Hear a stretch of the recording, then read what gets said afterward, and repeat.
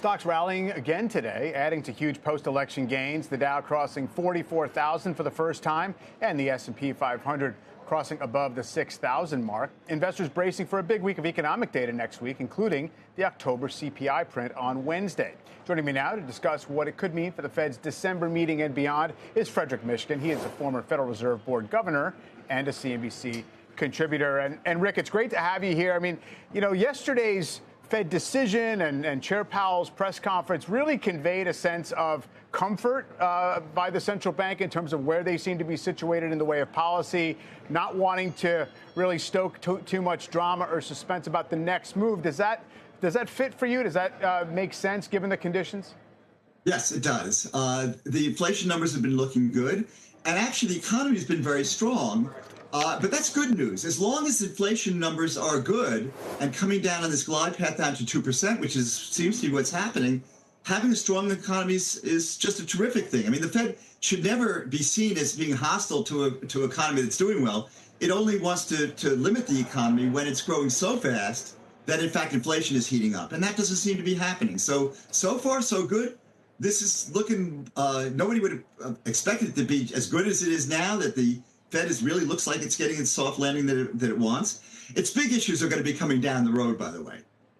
Which are those issues? I mean, do they include the coming inflation numbers? Because there has been a little bit of a sense that, yes, massive improvement, going in the right direction, but perhaps a little bit of a pause in the disinflation process. So I'm actually looking longer term than that. But also remember that monetary policy takes a long time to have an effect. We've just had an extraordinary election, and the election of Donald Trump as president. That's going to create some very interesting challenges for the Federal Reserve. So one of them is the issue of Federal Reserve independence. As many people know, Trump was extremely critical of the Federal Reserve when it wasn't lowering interest rates to his liking. Trump tends to be a low interest man, just as he says he's a tariff man. He's a low interest man. And when Jay Powell comes up for renewal, it's extremely unlikely that he'll get renominated. And then who knows who Trump will put in. And interestingly, so far the Trump appointees worked out not because they were all great, but because Jay Powell was brilliant in dealing with Congress, so that in fact only the good appointees got through. I think that that's less likely to happen in the future. Jay is not going to be there. So in fact, that presents huge challenges for the Feds, particularly that'll be coming up towards the next election. So that's going to be a huge challenge for the Fed. A lot of pressure on the Fed to keep rates low, to boost the Republicans. That could lead to a lot of inflation, particularly if Trump chooses somebody who is willing to be, quote, a low interest rate person. Yeah, I mean, of course, Powell yesterday pretty unequivocally says, obviously, he does not believe the president has the authority to fire or demote him, so he's going to serve out his term. And that being said, too, even though there's the potential, as you suggest, for a lot of friction, the Fed's already easing. The economy is already strong. It's almost as if there'd be nothing really to blame the central bank for at this point. So, you know, why would that come to a head? Well, because it's 2 years from now. Okay, yeah. So that's going to be a very, very, very different environment. We just don't know. And it might be that the Fed is faced with some inflationary pressures and has to raise rates, and Trump would be very upset about that. And that could mean that he'll pick somebody. They've talked about that he wants to choose somebody who will agree to talk to him and consult him about interest rate decisions. That's completely something that should not happen. It should not be something that is a good thing. The independence of the Fed has actually served us extremely well in terms of actually keeping inflation under control. And it's been a linchpin of both academic research saying that that's good, and actually the Congress and the president in the past have done that.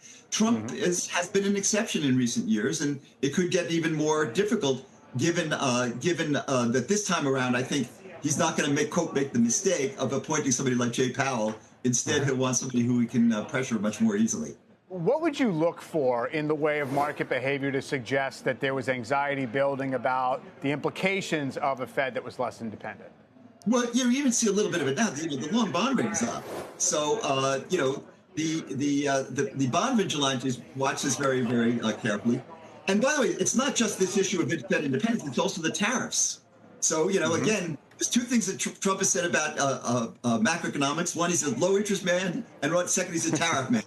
And in those cases, the tariffs actually will create, again, very, very difficult problems for the Fed because they would, if they get implemented, we don't know, that would actually raise prices.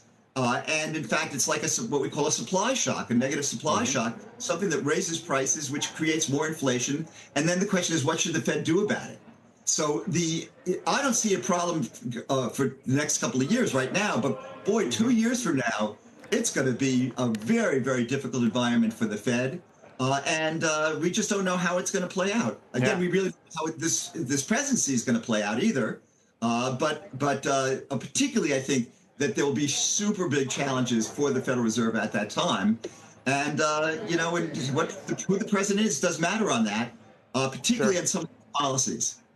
Yeah, I mean, I guess there's some research suggesting that the Fed ought to look through one-time price adjustments due to tariffs. Absolutely. But who knows what that means and what else is going to be going on at the time. So as you suggest, maybe some room for plenty of drama as we go along. Rick, great to talk to you. It'll be interesting times, which is great from my perspective as a scholar, but not necessarily great for the country. Yeah, some would say great for, you know, for the news business, too. We'll see if that plays out. Rick, thank you very much. Appreciate it. You're very welcome.